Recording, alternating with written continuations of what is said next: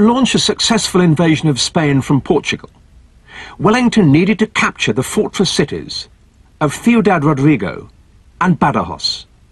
These fortresses guarded the two main routes into Spain, and both were held by the French. In January 1812, Wellington successfully laid siege to Ciudad Rodrigo.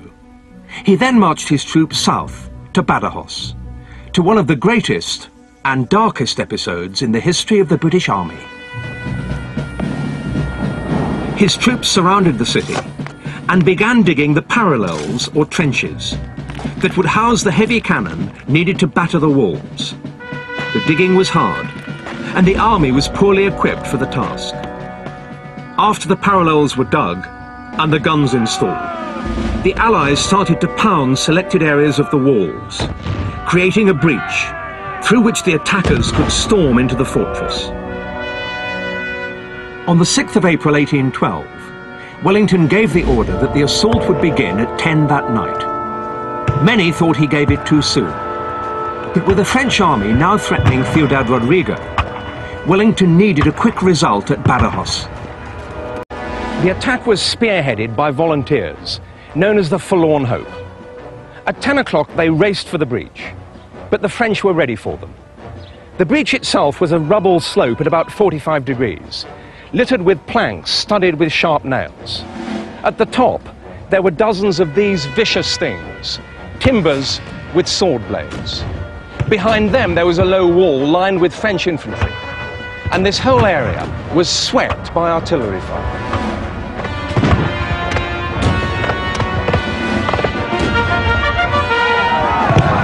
More than 40 times the bugles rang out, and officers yelled the order to advance.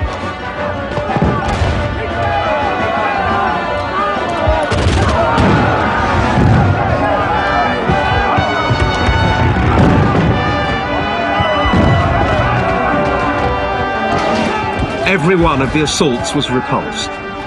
Not a single Allied soldier got through alive.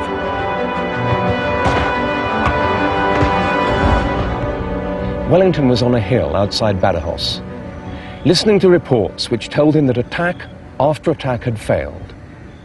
He remained outwardly calm, but his chief medical officer, Dr. James McGregor, could see by the flickering light that he'd turned pale and his jaw had dropped. Perhaps he was moved by the sheer scale of suffering so close at hand. Perhaps he wished he'd spent another day bombarding the defences. But I think that he knew that Britain would only accept losses on this scale for some result. Maybe the whole future of the campaign hung in the balance. He simply had to take Badajoz. He ordered Picton to try another assault at the castle. But it was a long shot. The 3rd Division, led by Sir Thomas Picton, attacked the old Moorish castle that formed part of the town. Here there was no breach, and they had to climb scaling ladders.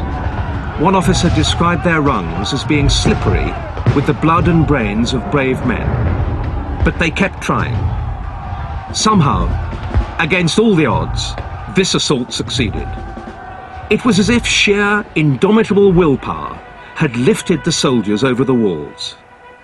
Once inside, an officer lowered the French flag and ran his own jacket up the flagpole, an unmistakable signal to his comrades at the breach that they were in. As Picton's men poured into the town, the French resistance collapsed. Badajoz had fallen. But the assault was not over yet. The surviving British troops who stormed into Badajoz went berserk. They rampaged through these streets, savagely attacking the Spanish inhabitants, raping women, even bayoneting children. A young officer recorded the horror.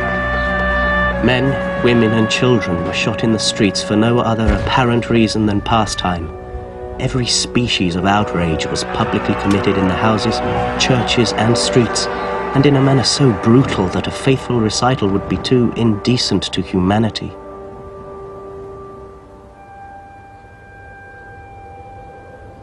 Wellington's fury at the sack of Badajoz was matched by his grief when he saw the carnage at the breach. Perhaps 2,500 men had been killed or wounded here. Some were horribly burnt by mines, others dismembered by artillery fire, and others still struggling to emerge from beneath heaps of bodies of their friends. Wellington broke down and wept. When Picton arrived to congratulate him, Wellington was still distraught. He admitted, "I could not help crying. I bit my lip and did everything I could to stop myself, for I was ashamed he should see it, but I could not. And he so little entered into my feelings that he said, 'Good God, what is the matter?'" Wellington's response to Badajoz was typical of his contradictory attitude to the ordinary soldiers who served under him. He was deeply moved by their bravery, and at the same time appalled by their savagery. Once he even referred to them as the scum of the earth.